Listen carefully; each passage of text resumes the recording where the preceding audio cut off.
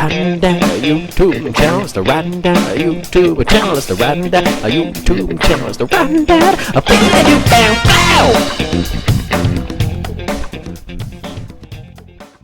What's up, everybody? Welcome back to the Riding Dad channel, or welcome if it's your first time. Either way, very glad to have you. We are doing a chain kit finally. It's been a big time coming for this Sportster. You guys know that I've never had a bike that I've personally kept, at least as of this channel, with the exception of the Fat Bob that I had for like 3 months. But I've never had a bike that I've kept long term in this channel that I've left as a belt. I think chains are superior for what I like and what I want. There's nothing wrong with belts necessarily, but chains have a bunch of pros and cons. To me, the pros much outweigh the cons compared to a belt. The belt cons outweigh the pros for me. For you, it might be the other way. We'll talk about kind of the differences and the pros and cons and why I chose a chain at the very end of the video. But right now, we're going to get into the install. So you're going to see me take the cover off for what is the front pulley that will become the front sprocket with the chain kit. And then it's going to be the rear pulley, which is going to become the rear sprocket. I am going to do my best to explain everything step by step of the way, just in case you're going to follow this kind of step by step.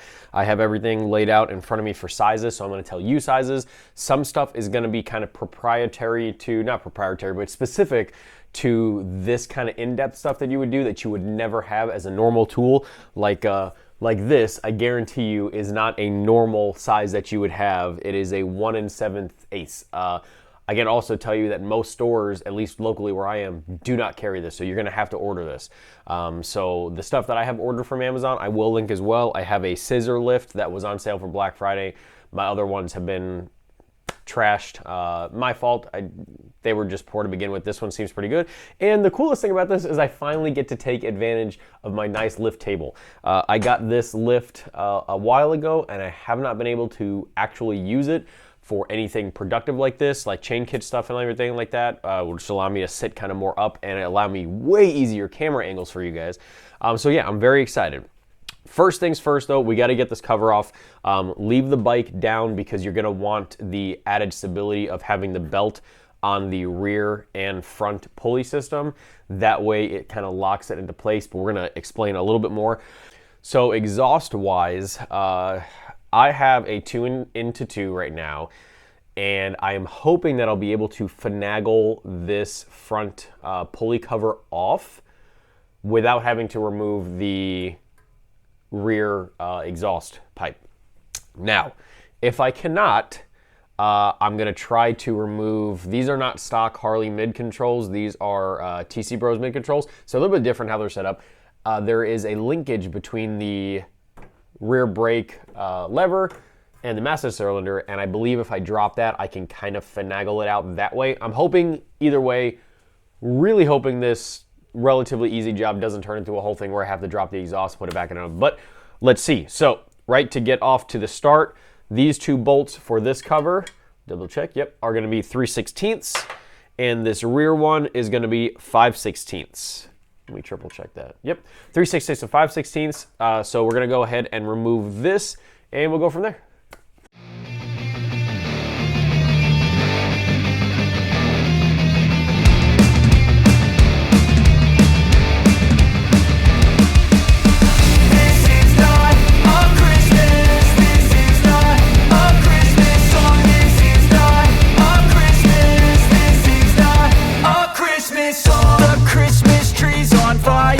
Santa's holding the lighter. My parents are both liars.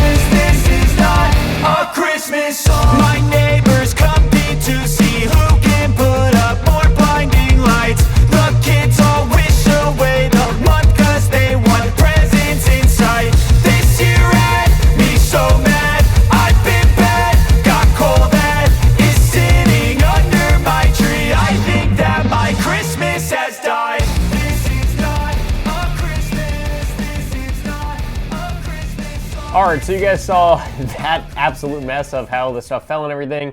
So long story short, I kind of nicked my finger. Not a big deal, but I nicked it, and it was deep enough that it was bleeding a little bit. So I don't know what. I think something just caught when the exhaust pipe fell, and that was me just being an idiot. I don't care too much about this exhaust because eventually I will be getting a 2-in-1 probably in the next year, half a year. So I'm not like crazy anal about, you know, what this pipe looks like or whatever, but obviously I would have preferred for it not to drop. Just my stupidity with it, being an idiot, but obviously you saw we did have to drop it just to get to this cover being off. Now the cover is off because that fell as well. But anyway, yeah, so nicked my finger, found out we didn't have any antibacterial soap in the house. We didn't have any alcohol. We didn't have any peroxide, and I'm weird about, like, I don't care that I cut my finger, but I do care that it possibly may get infected. So I had to go to the store, get some soap. Anyway, long story short, it's 40 minutes later. I'm back. We're bandaged up so I don't get any gunk in it or whatever. I'm going to put gloves on too just to make sure. And this is going to be a very dirty job in the next couple minutes. So anyway, we got the cover off. Now it's time to take this front pulley off. I believe, yep, this is going to be 3/16. And then this is going to be, it should be the 1 7/8. Actually, of course I can't tell yet. But yeah, that's going to be 1 7/8, so you'll see us. But the first step is going to be to take this off, and then we're going to go ahead and remove the rear wheel. But I'll come back and I'll explain the socket sizes for that when we get there. So.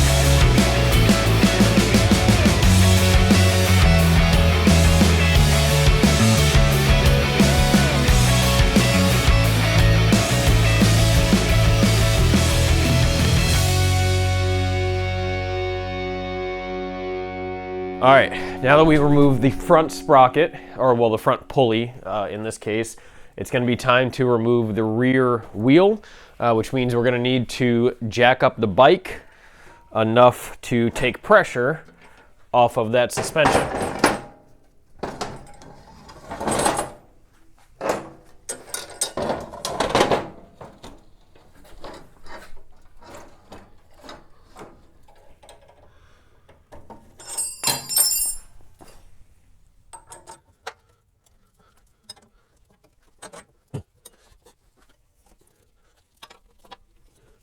All right.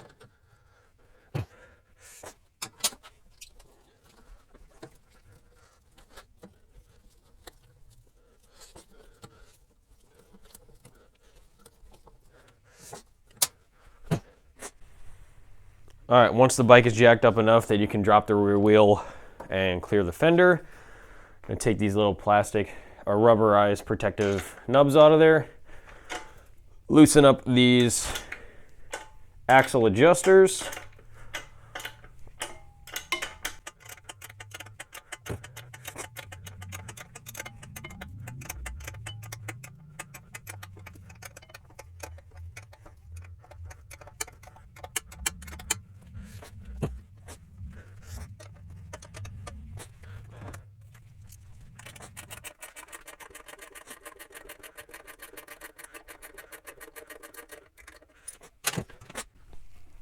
All right, now this side of the axle, the actual axle rod, the bolt is going to be 1 1/8, and the other side is going to be 36 millimeters. Again, these are very odd, kind of atypical sizes, so you're probably going to have to special order these. All right, on the left side, make sure you have this kind of safety, kind of C pin or C collar clip, whatever you want to call it. Just go ahead and remove this. That way you can get to the actual bolt, or well, the nut in this case. The bolt is on the right side. And go ahead and undo the axle.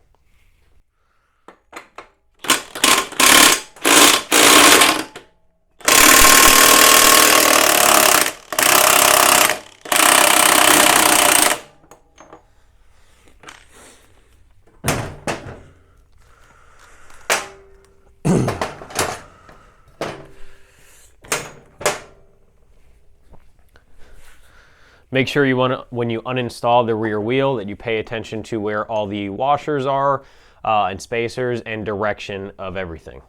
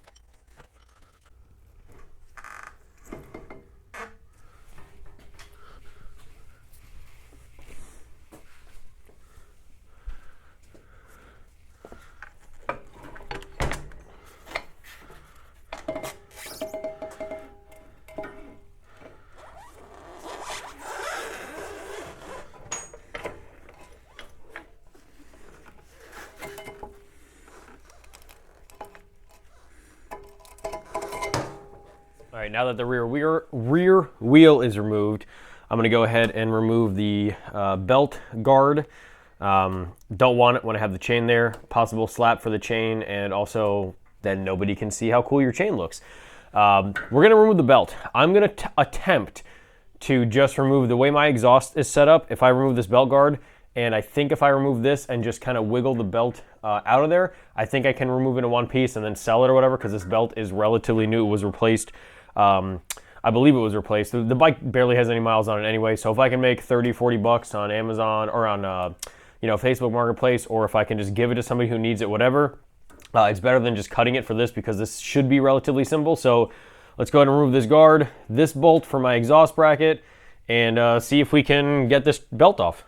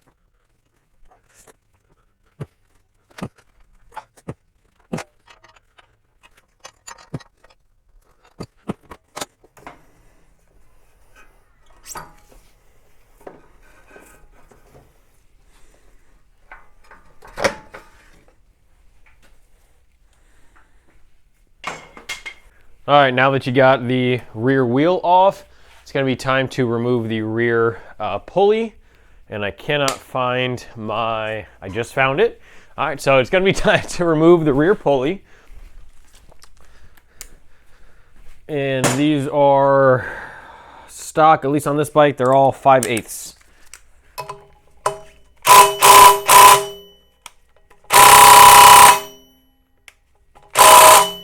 All right, they're on there pretty good, which means it's time to go to the beefy impact.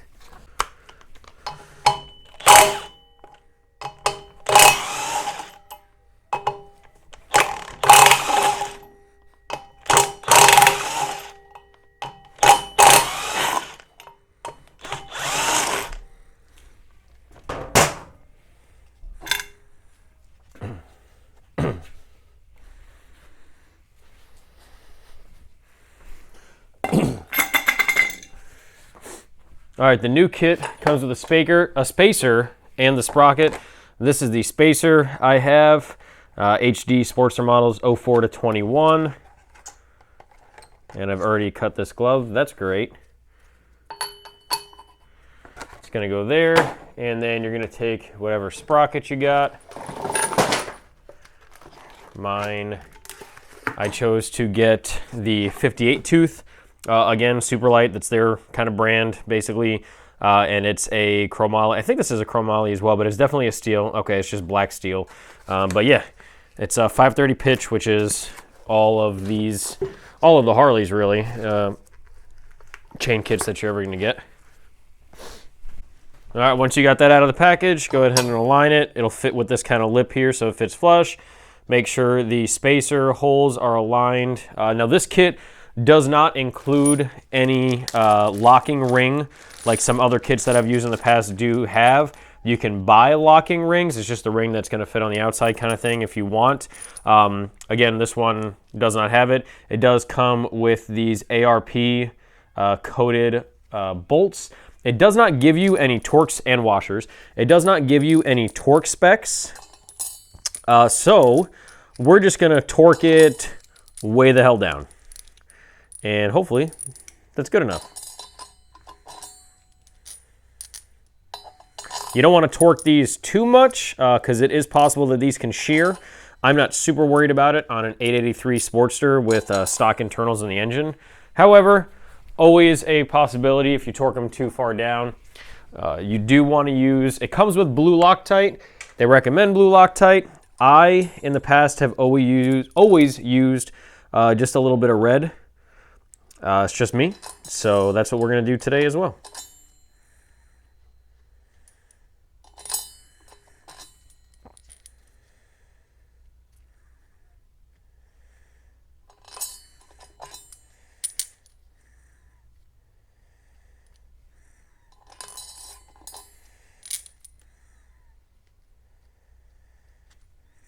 And if your threading in the actual wheel is all kind of garbage, obviously this is the perfect time to go ahead and take care of that. Just clean it out with a kind of wire wheel, and that should do the trick. All right, so these ARPs that it comes with are 7/16. Go ahead and thread them and just get them started by hand. Then we're gonna come in with a low torque setting on the impact, and then really send her on home. You do want to tighten these in a star pattern, so you'll see, but you alternate.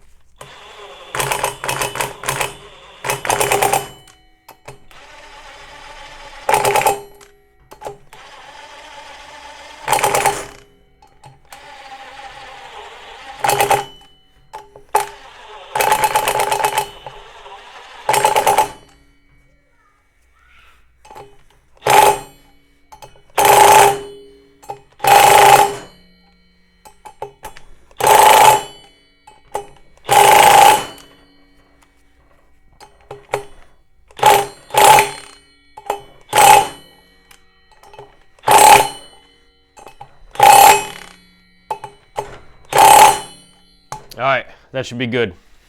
All right, now it's everyone's favorite time. Time to get the rear wheel back on the bike. Which doesn't sound like an awful job until you have to do it, and then it sucks.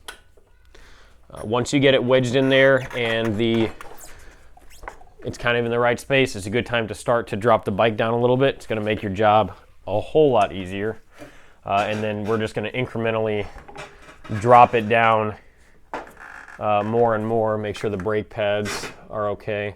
We're going to drop it down more and more as we get closer. That way there's less of an issue with alignment.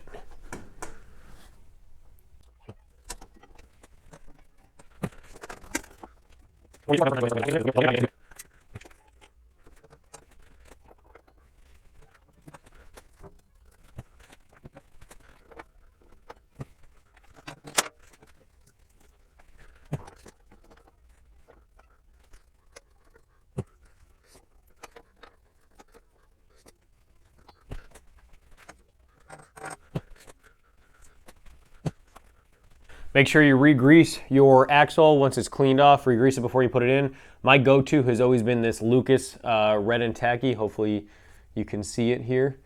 But it's always been red and tacky, and that's just always what I've chose to use.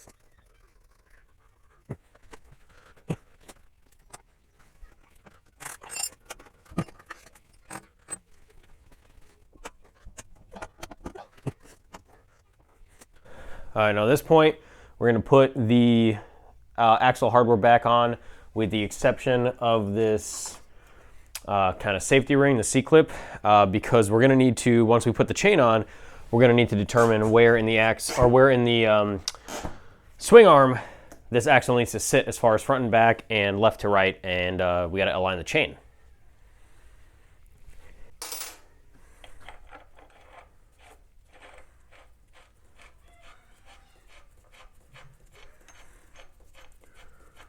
All right, guys, so as you see, no time, has passed in this video right now. However, about 2 weeks has passed in between the last clip you just saw and this clip right now.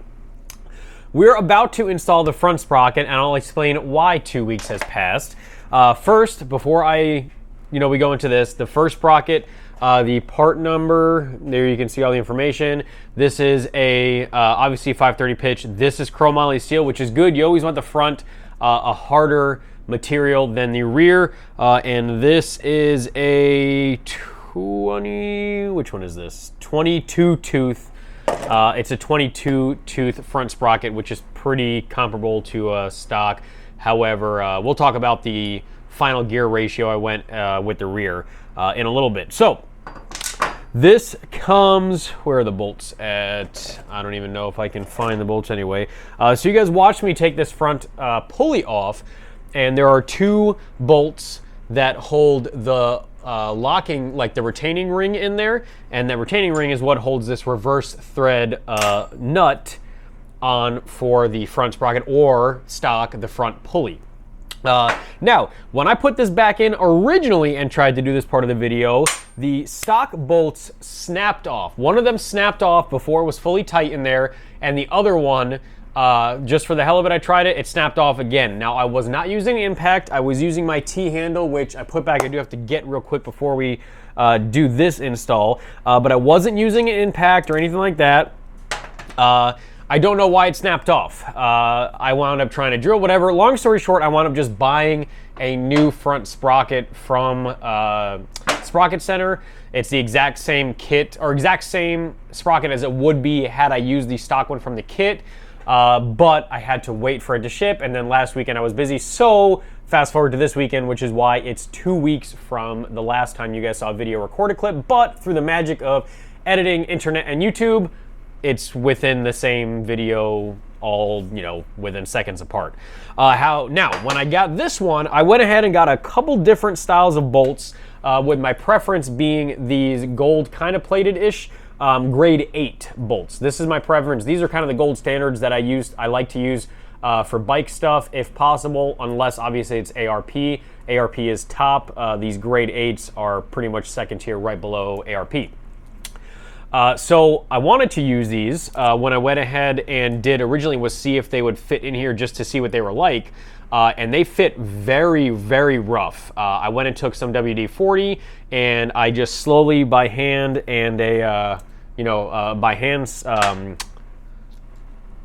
I am having an aneurysm and I cannot think of the tool for this ratchet. Just ratchet them slowly, back them out. Again, I actually got 4 of these bolts and I used 1 per side to do the cleaning of the threads. And then I used, these are the brand new ones that all I did was fit them to make sure, and they do fit a lot better. So I don't know if whatever coating they put on this, they just did not do a good job of keeping it out of those holes or what. But this is the second one that I had the exact same issue with. So just something to be aware of if you guys are buying this exact same kit. Now, something to note, I've used these guys before for kits. I've never had this issue. Any bike. All the other kits I've either installed or bought for myself, whether it's from them or a different company, I've also never had this issue. So I don't know if it was just this runoff of these. Obviously it would make sense. I bought these within the same month, the kit and then this kind of replacement front sprocket, that they were all kind of from the same batch. So hopefully it's just a one-off problem, but you know, whatever. So here we go, back to the install. Again, this is a 22 front sprocket, or a 22 tooth front sprocket. All of the stuff, the information is there. Now you'll see the back kind of sits flush with a little bit of indent. That's not the side we want to put just like this. The chain would be way too far forward. We want to put it like this. So it'll fit there, kind of where it makes sense. Gonna use some red Loctite on this. Actually, we're just gonna go ahead and put it kind of here.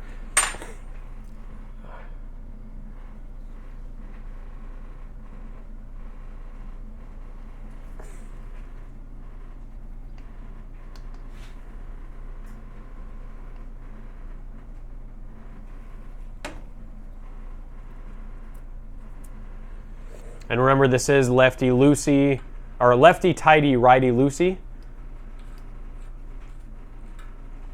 Now I know a lot of people that don't recommend this, and a lot of people are gonna be upset that I'm doing this, but I have always done this, and it's one of those do with your bike at your own risk kind of thing. Now, if I was doing this for like a customer's bike, I would just use a torque wrench, but I'm just gonna go ahead and send this home with an impact and call it a day here.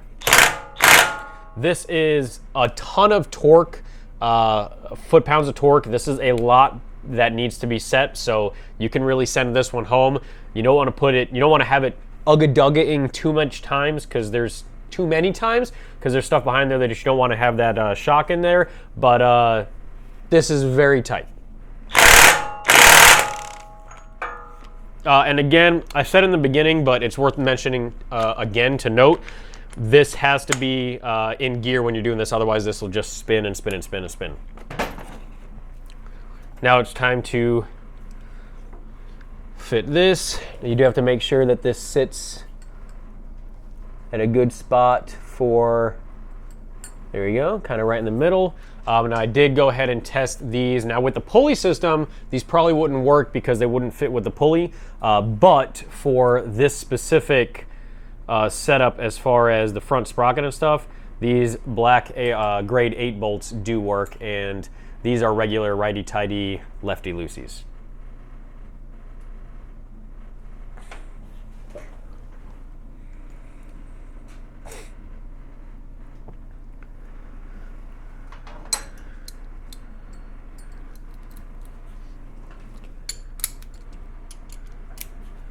And these are just holding that locking ring down, so you do not have to tighten these all to hell.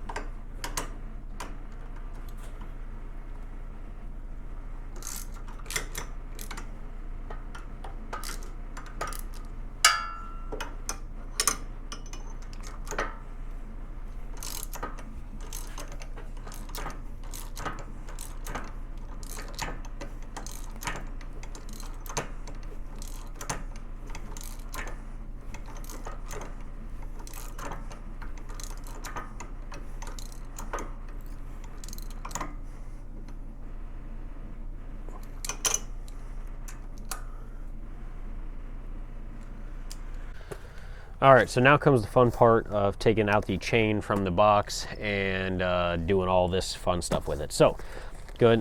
First of all, for Sprocket Center, you can select a huge amount of chains, a lot of chain kits. You can select a lot of different chains. I chose the EK chain. This is I'm gonna give you it's the EK, obviously they're 530. This is the ZVX3. It's 120 links. That just means kind of typical size. We're gonna have to cut some anyway, which I'll explain all that. You will need a chain kit. I like these chains. I've had very good luck with them in the past. There's the Master Link. Something to think about when you're selecting chains are what kind of Master Link you want. For motorcycles, I do not like the click links. I like the ones that you actually have to rivet. They are a lot more work. They're a pain in the butt. However, they're a lot safer as far as coming undone or worrying about that kind of stuff. Now, I do have a secondary chain that I always have as a backup quick fix chain. That chain does have the Master Link that you slide the cover link on because that's made to be a side of the road fix or real quick kind of thing. I went ahead and got the chrome because that does match with the rest of the bike. When you take your chain out, it's going to be caked in this initial grease coating and it's going to be disgusting. It's going to be some of the worst stuff you'll ever have to deal with in your life as far as stuff that's hard to get off your hands or anything, just to give you a heads up for it. So you're going to want to saturate it in a chain cleaner. My personal go-to for cleaner has become this Muck Off biodegradable chain cleaner. It just works really, really well. I'm almost out of this one. I have a second one, so hopefully we can finish this up without going to the second one, but you're just going to want to kind of saturate it now and let it sit for a little bit, and then we're going to scrub it off.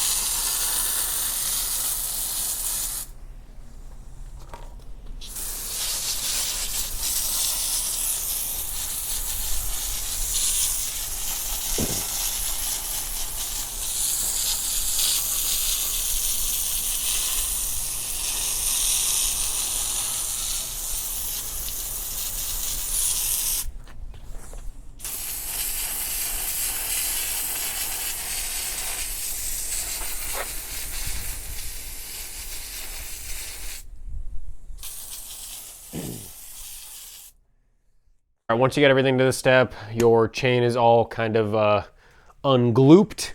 You're gonna go ahead and put it on, actually first, it's important to make sure that the rear wheel is as far forward in the swing arm as possible, which is why it's important to make sure, sorry about that, which is why it's important to make sure those axle spacers are still backed out very far. What you're going to want to do is put the chain on. It doesn't matter which orientation you have. If you look, some of the links will be, you know, where riding makes sense and some of them will not. So it doesn't matter which orientation they go on for the bike itself. It is also, before I forget, it's easier for this step if the bike is in neutral as well. You'll see here why in a minute.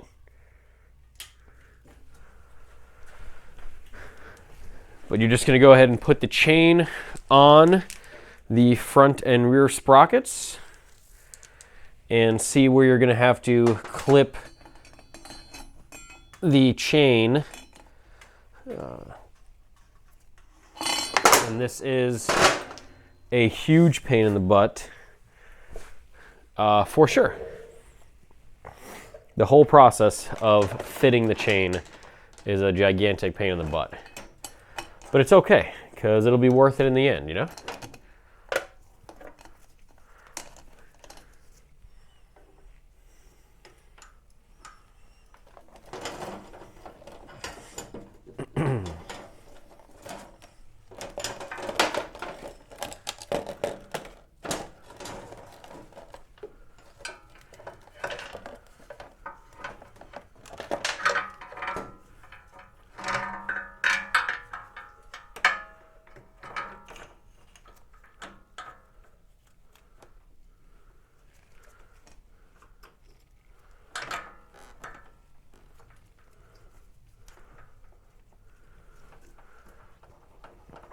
All right, so as you could see, they actually did a pretty good job of pre-fit, you know, giving me a kit that's going to be pretty close to accurate.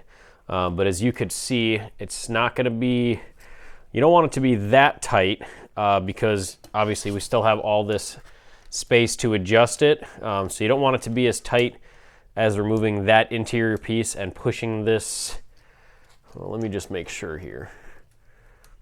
Yeah, that's going to be too tight. That's going to give it no play at all. So we're going to go ahead and remove just this inside one, just the one chain, and we're going to go ahead and put this master here. That way when the rear wheel is backed out, that actually might be too loose in itself, honestly. Might have to take out more than that.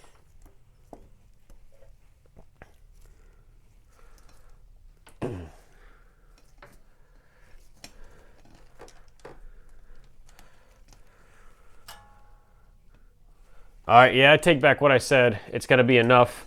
Once you actually push the chain, there's more than enough space on there, so we're going to remove that one as well. So I'm going to go ahead and with a permanent marker, go ahead and block out the one that we want to take out.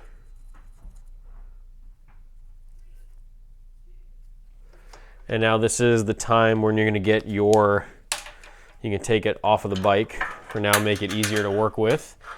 And you're going to get your chain kit, meaning like your kit for chains, not to put chains on bikes. Now, I've bought a couple cheap ones in the past, and I finally, last chain kit I finally broke down and bought the Motion Pro kit. Now, if I would have bought this in the beginning, I would have spent less money from the get-go on this than I did on the couple that I've replaced.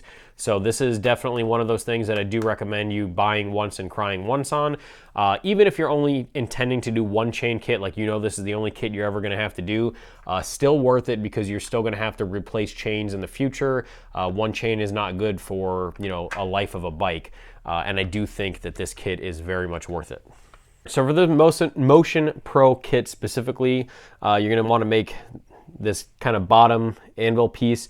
The B is going to be where brake is. It comes kind of from the factory assembled in the brake configuration. You're just going to want to back out this top piece all the way for, you know, leaving it a little bit of space. and then you're going to want to go ahead and put the piece that you want to break right in that spot, which we want to remove that one.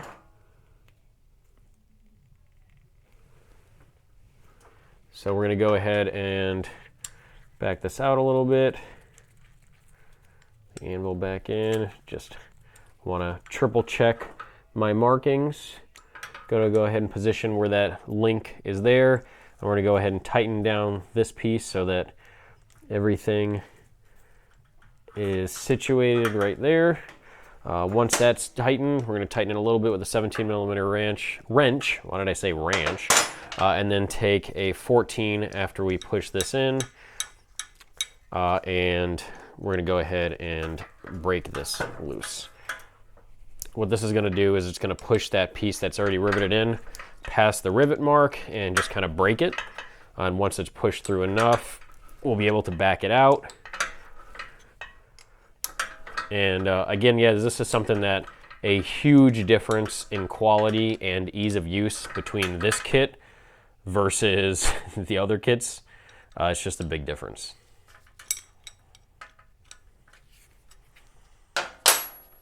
After we take this out, we're going to triple check fitment one more time just to make sure nothing has changed here.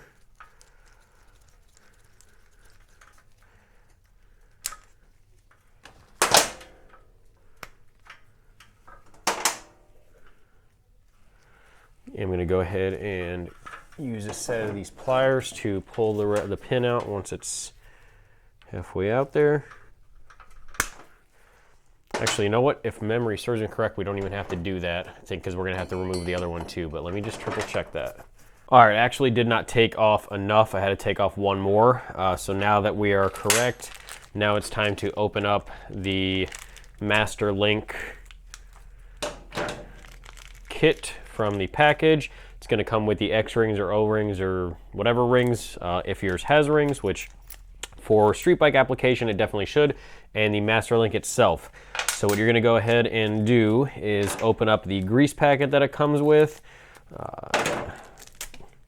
and don't lose all of them right off the bat at least. So you're going to open up the packet that it comes with. Where's the cut tab? There it is. You're going to take the link that it comes with, put a little bit of grease on the floor of that one where the ring is going to be, because basically what this grease is between the rings. The X rings or O rings, whatever you have. In this case, it's X rings. So you're going to go ahead and do that, and then put 2 of the included rings on this. Push them down, and then you're going to go ahead and get your chain set up. First, make sure you put grease on the other side of these rings as well.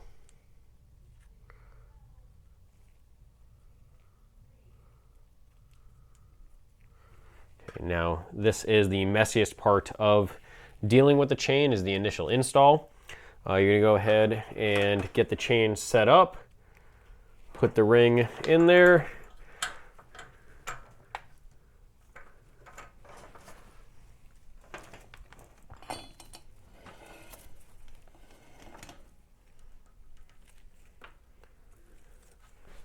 and the chains will stretch a little bit after you initially put them in, so don't be worried if it's a little tight right now. Also, it's not as tight as you think, because even though it's hard to pull up there, look at how much play I'm going to wind up having. So once you go ahead and get that, this is where the link is. I pushed that through for both sides.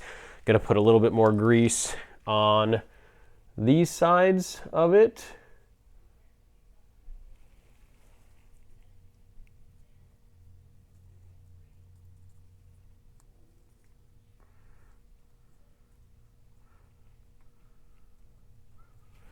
And you put the other remaining X rings or O rings on there.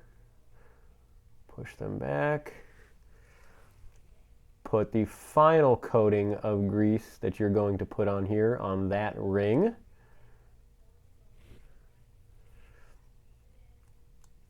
And then we're going to get ready to push the Master Link piece onto these.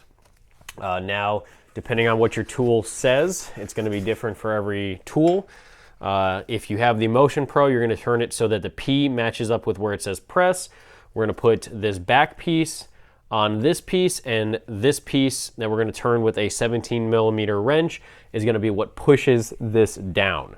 Now every chain is slightly different as the specs that they give you, but basically you want to push this Master Link top plate over just enough. You don't want to squash all of the grease, lube, and everything. You don't want to squash the O-rings, so you're just going to have to look at it visually and make sure that it matches up and you have enough of these protruding pieces out to rivet closed, but also that, again, this is not squashing. Now be very careful to tighten this very incrementally because it's very, very hard to go back if you wind up tightening this too tight.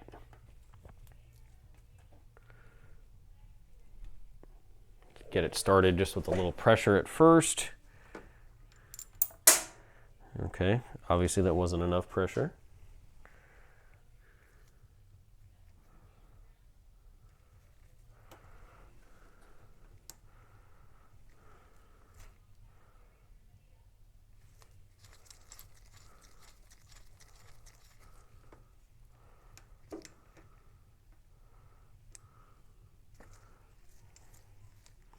Now this is not the easiest thing to film, so I do apologize for the angle if it's not great, but at least I did show you exactly close up what the tool is going to look like.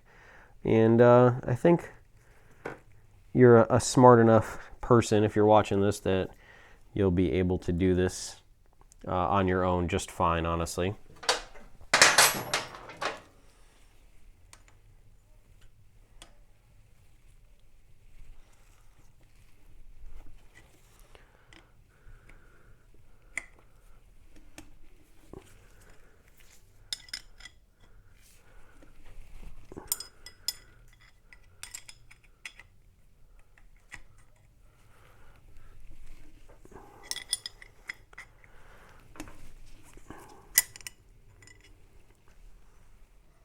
Kind of visually check it, make sure that nothing is keeping you from getting there. And this is not super easy, guys. This is relatively hard because this does not want to go. This is very hard to push this onto it. You will, at some point, once it breaks the initial point, you will see that it does get a little bit easier. And be careful, again, that's the point where it's easy to do it too tight.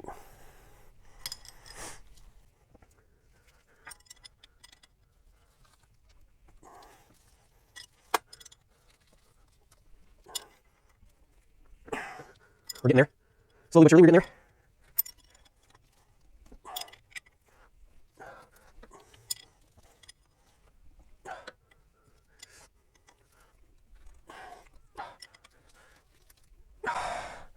We're going to back it off and take a look at how it is.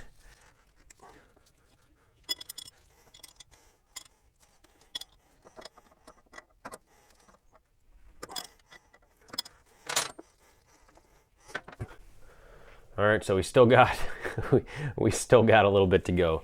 I'm going to go ahead and wipe off some of the excess grease that is coming out now, especially from that rivet point. And we are going to try to work smarter, not harder on the next pass and put it in front of this and use the passenger peg mount, hopefully, to harness some leverage for us.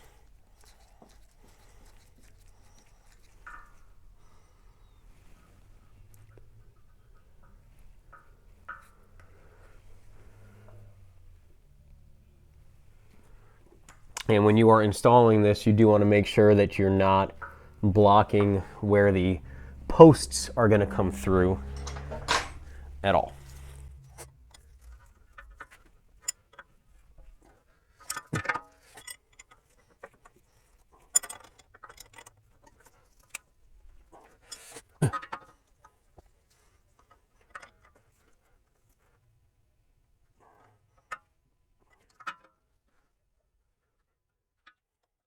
All right, what we're gonna do now is rivet it. All right, so again, if you're using this one, you're gonna go and put this magnetic tip on it to rivet a hollow master link piece and move this bottom piece to where the R matches up with the rivet.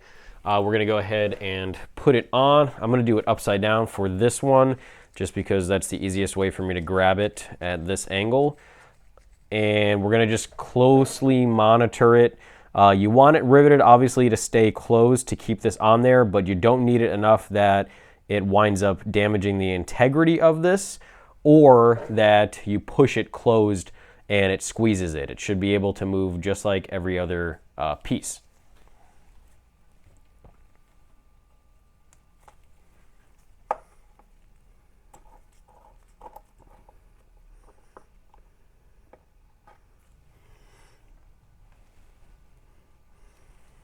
All right, so we're gonna move from there to here, and I guess then we're gonna go down because there was just not enough space there to do that with this tool in the correct orientation. All right, so make sure that nub lines up with the piece there of the master link. And this will be somewhat difficult, but way easier than pushing the link on like we just did.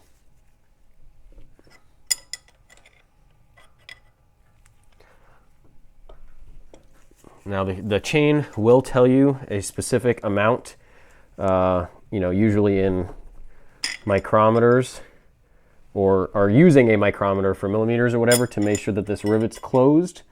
But I, much like torque specs, don't pay attention to those, and I do it by eye and by feel. Actually, not really by, well, a little bit by feel, I guess, with this, but mostly by eye, as far as getting that final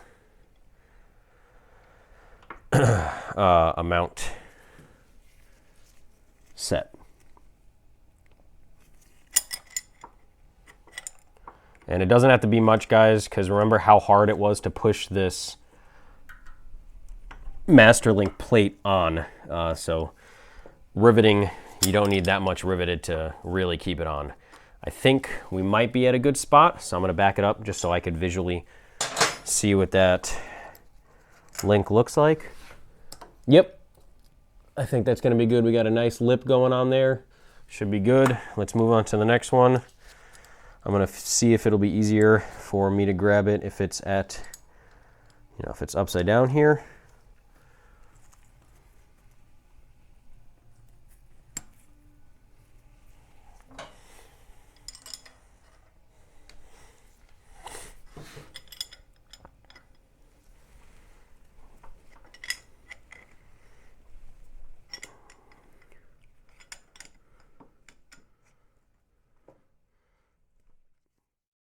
All right, so now we have to make sure that not only is the chain tight enough, tight slash loose, adjusted properly as far as slack goes, but also that the left to right of the rear wheel is correct so that the chain tracks in the middle of the, or so that the sprocket tracks in the middle of the chain. So basically, we're gonna have to keep adjusting the rear wheel. First, we're gonna kind of try to get that slack close. So every chain manufacturer or chain kit manufacturer might kind of tell you a different one.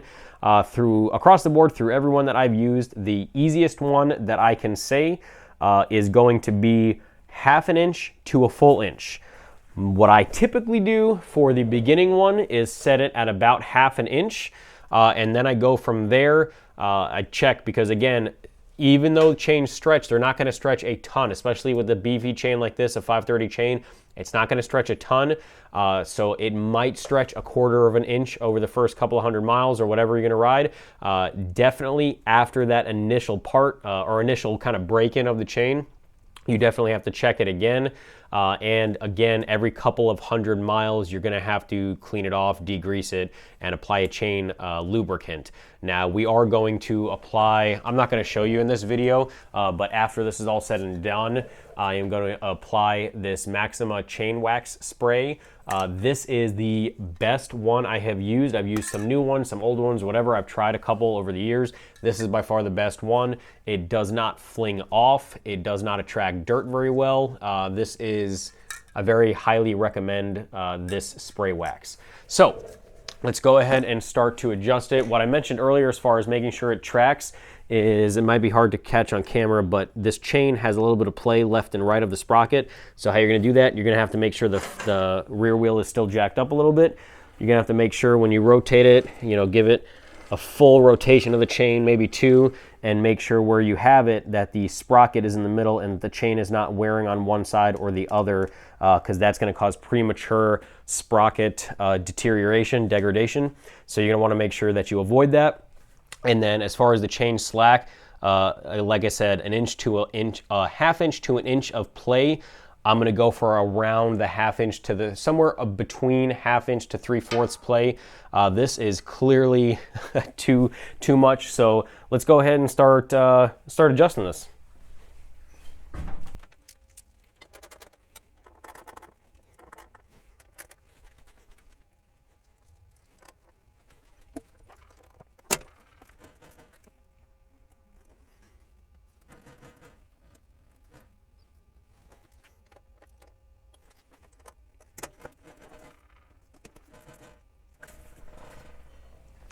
You do want to go ahead and once you think you have it pretty good, you're going to want to tighten your axle more, because tightening the axle is going to make the wheel sit, you know, further left or right or whatever. It's going to center it once the axle is tight. So you might realize that once you do that, you actually have to change the axle adjusters just a little bit here and there to get that centered. But once that's done, you're officially done, ready to wax it up and hit the road. All right, so there you have it, how to install a chain kit.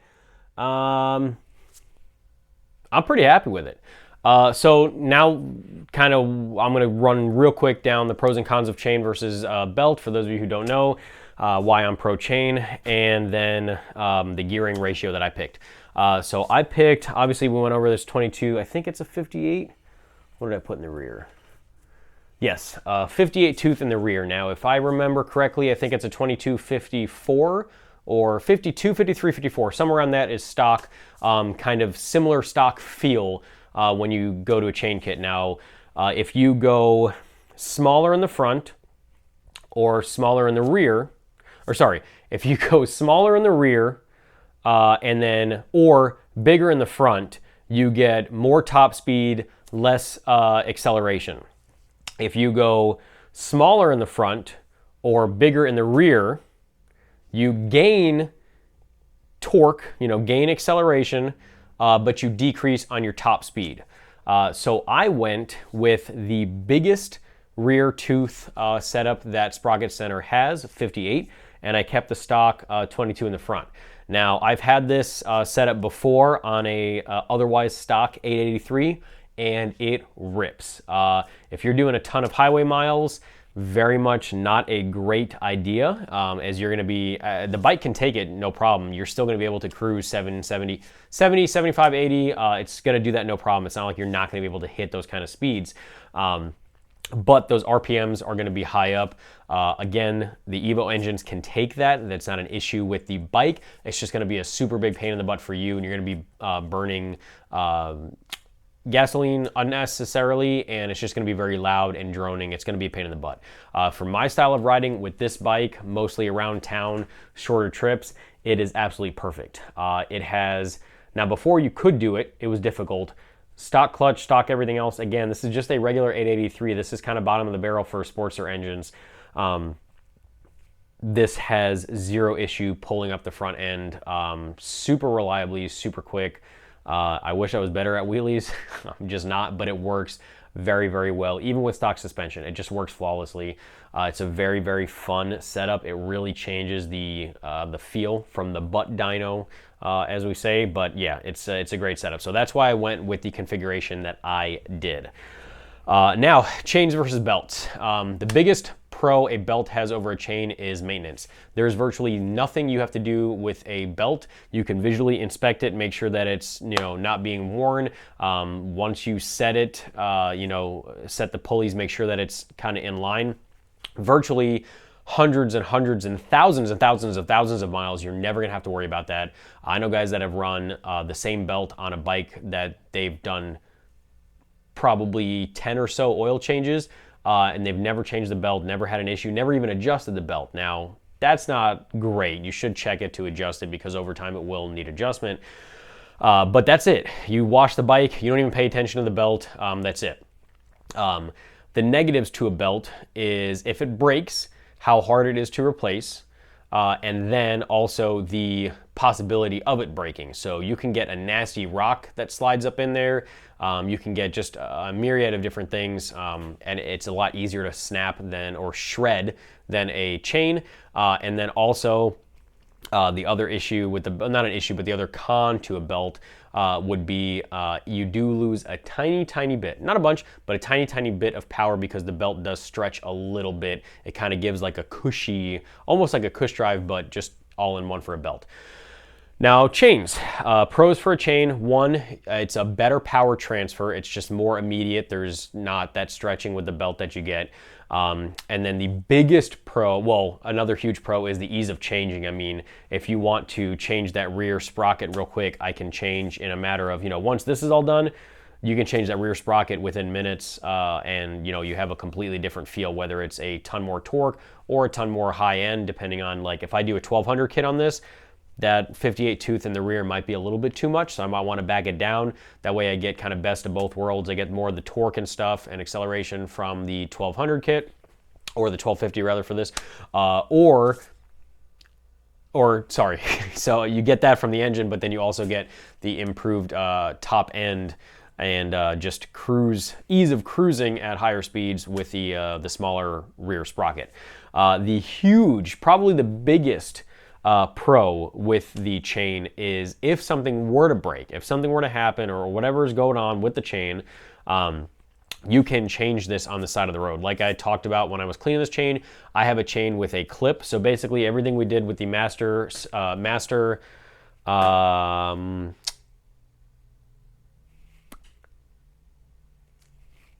am having a block. Master, what is this? What is this called? The Master Link. Everything we did with the Master Link as far as riveting it, you would not have to do that with the clip style. So basically you just push it in and you push the clip on and it just clips. You do have to make sure that you're clipping it in the correct orientation so it doesn't get bumped off or anything like that, but that's it. So what that means is you can pre-cut, pre-remove the links for the chain for the correct amount of links you need on your setup, and you can put that in a bag or take it with you if you're going far away, like out of state or whatever on a trip. That way, if something did happen, all you do real quick, pop that chain on, you're good to go until you put a more permanent chain on it. Or if you don't mind those styles, you can put those on it and just run with that, and that's it. It's way easier because you can feed it through because it's not a complete circle like a belt is, and it's just a lot easier to change on the go and just in general. The main drawback of the chain is maintenance. Now, I personally don't mind it because I have found great products. Like I said, that muck off, it degreases it very quickly, very good, and it's biodegradable, so it's a plus for everything all around. And then that Maxima spray chain wax, that stuff goes on very easy, and it does not fling off. It's great. I've tried a couple different spray waxes or lubes, and that by far is the best one. I've never had any issue with it flinging off, never had any issue with it prematurely just wearing away. It does a good job of lubricating and protecting the chain, and it's an all-around good. It's relatively cheap too. I think it's like 7 or maybe it's like 14 or 15 bucks, but it'll go a long way. Now, all this being said, I have a buddy who went many thousands of miles with a chain kit that we put on at the same time.